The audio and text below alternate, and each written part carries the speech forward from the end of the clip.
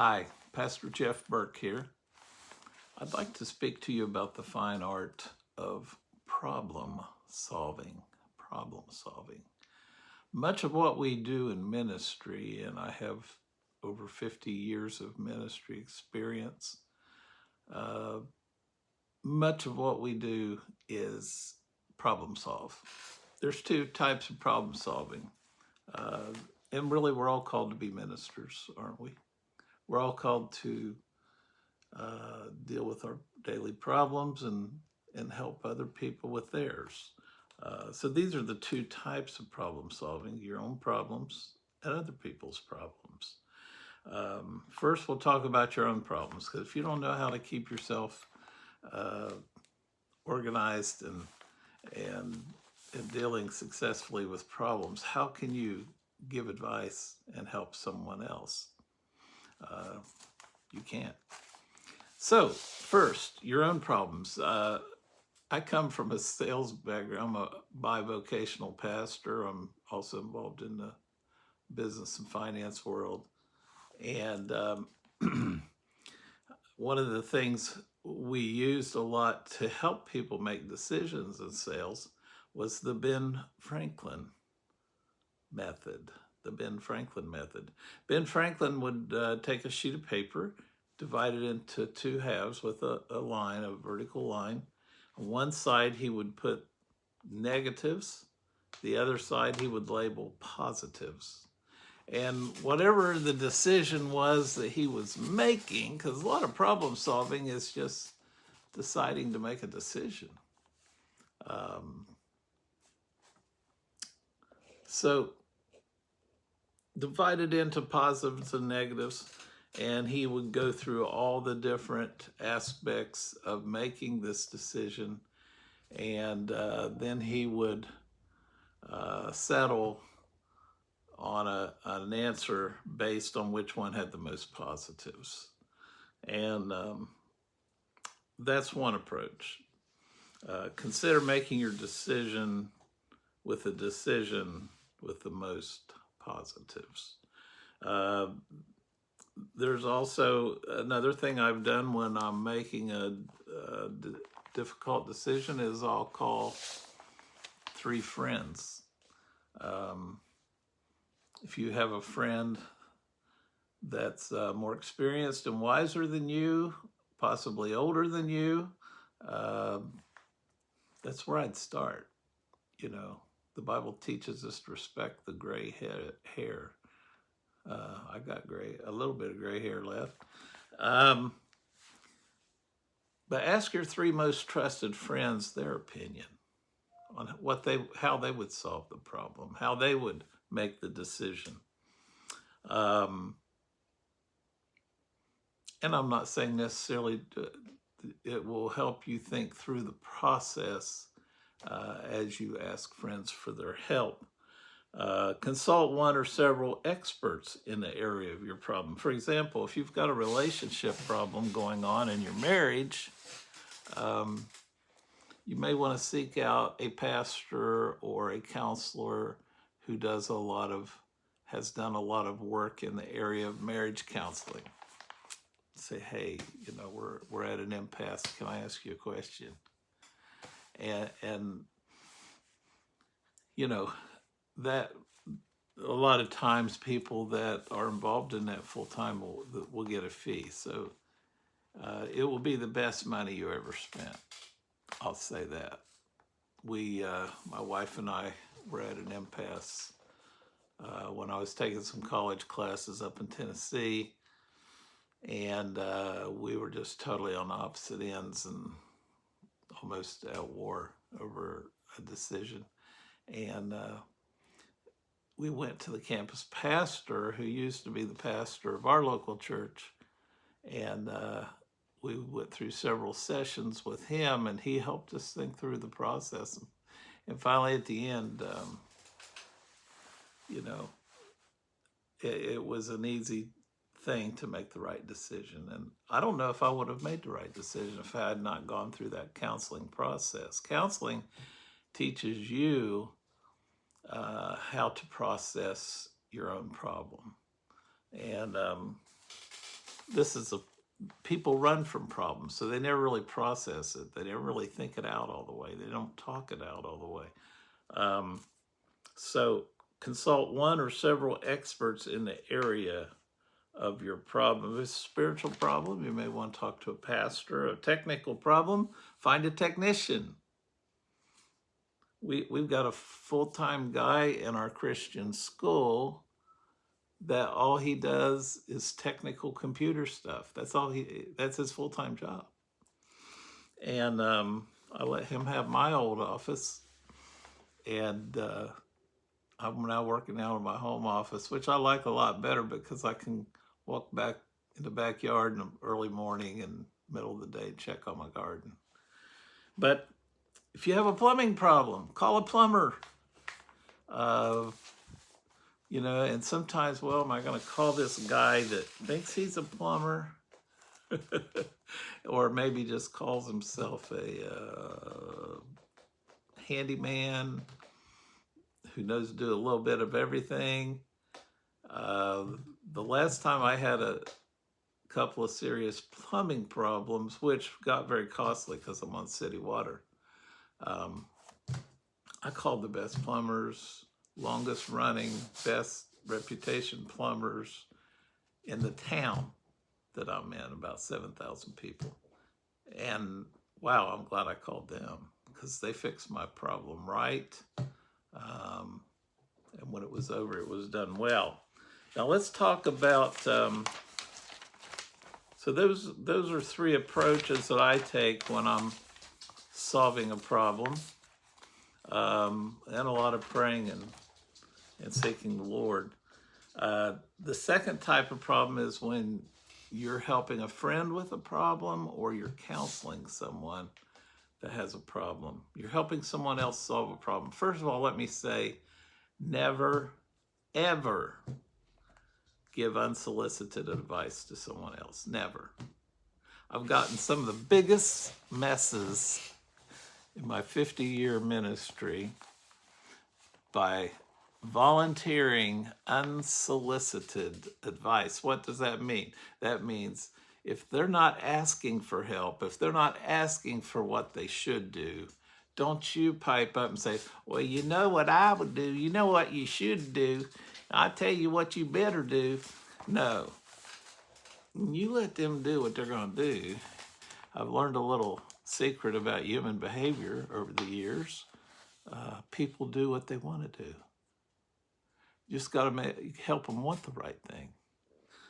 So here's another thing is I used to try to solve people's complete problem. A lot of people's problems are complex. It's like, oh, I owe Grandma $50,000, but Grandpa's got his name on the mortgage, and it gets real intense. It gets very complicated. Most of the time, I'd say 99% of the time, I look at people that come to me for help, and I say, you have a valid need. I want to help you with your need. I want to help you with your problem, but I don't have the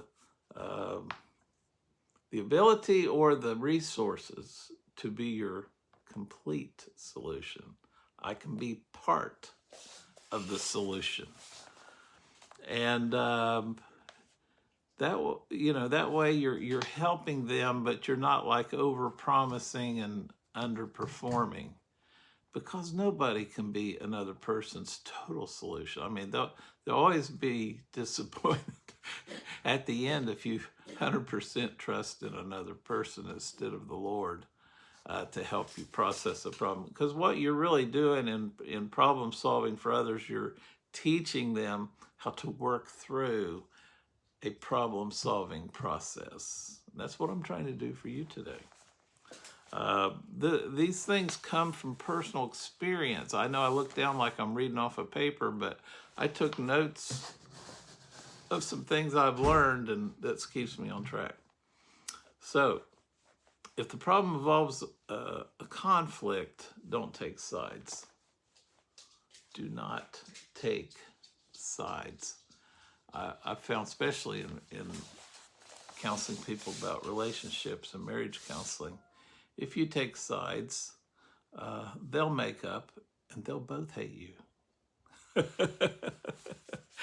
So teach them the process. Don't try to make their decisions for them. Nobody can make your decisions for you.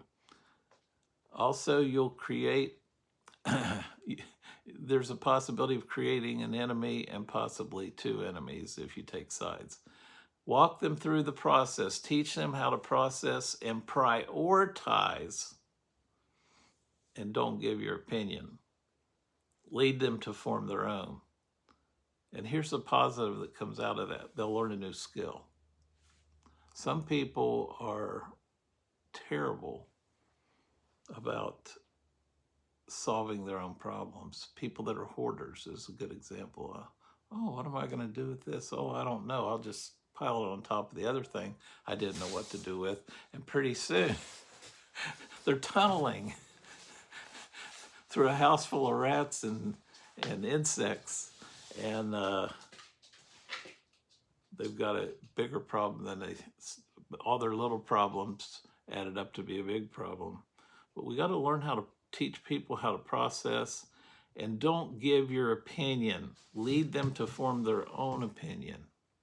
This is very important. Don't give your opinion.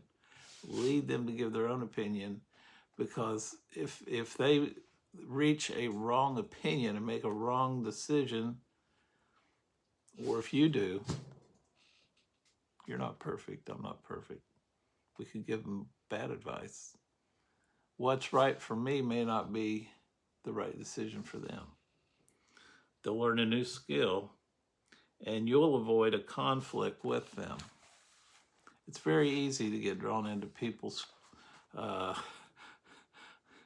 into the middle of their problem and their confusion in their life and become part of the problem. You don't want that to happen.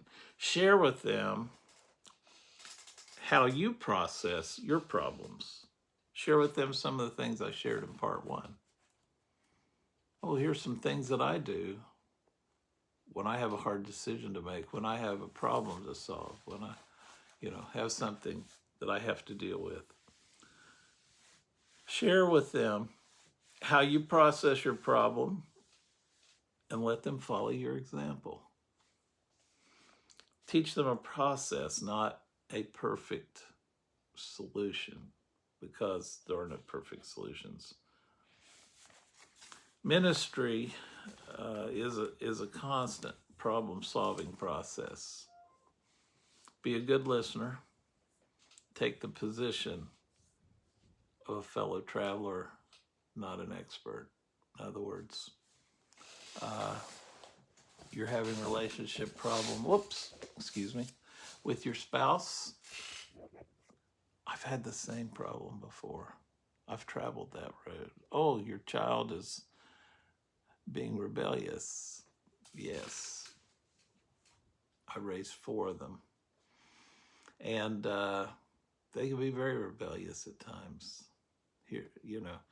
Here's how I process that. But you'll have to reach your own conclusions based on your child's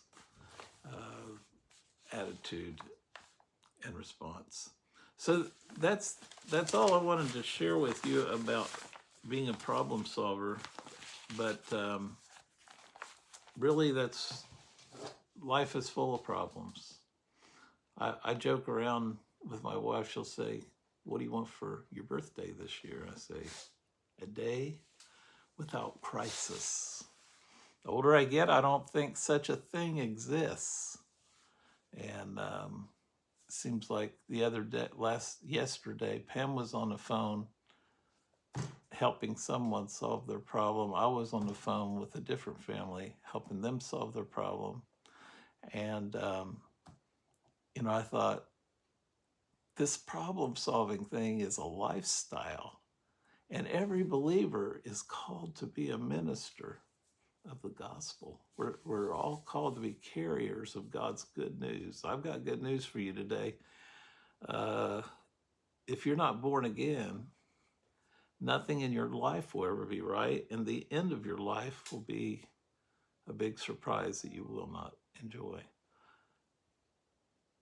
Jesus said, whoever calls on the name of the Lord shall be saved. Actually, Paul said it, but Jesus told him to say it. Scripture says, whoever calls on the name of the Lord shall be saved. Call on the Lord's name today. Ask him to be the Lord of your life. Turn all your problems over to him. He won't he won't solve them all for you magically with a wave of magic wand or anything, but he will help you and give you wisdom to process the problem. And every problem you'll face for the rest of your life, he'll be with you. I know what it is to open an envelope and have $1 million medical bill. Wow. Unless you're a billionaire, how do you solve that? I called on the name of the Lord. I said, God, you got to help me through this. And it didn't come immediately. Some of my problems were trials that went for a whole decade. But I knew without a doubt that God was walking with me. And that's what being a born-again Christian is. It's not being a trouble-free person, because you'll be attacked by spiritual enemies. The devil himself will attack your life. So it's not being totally without a crisis and totally without a problem every day. That's not what being a Christian is. He is with us in the problem, and he'll help you all the way. God bless you. Have a wonderful day.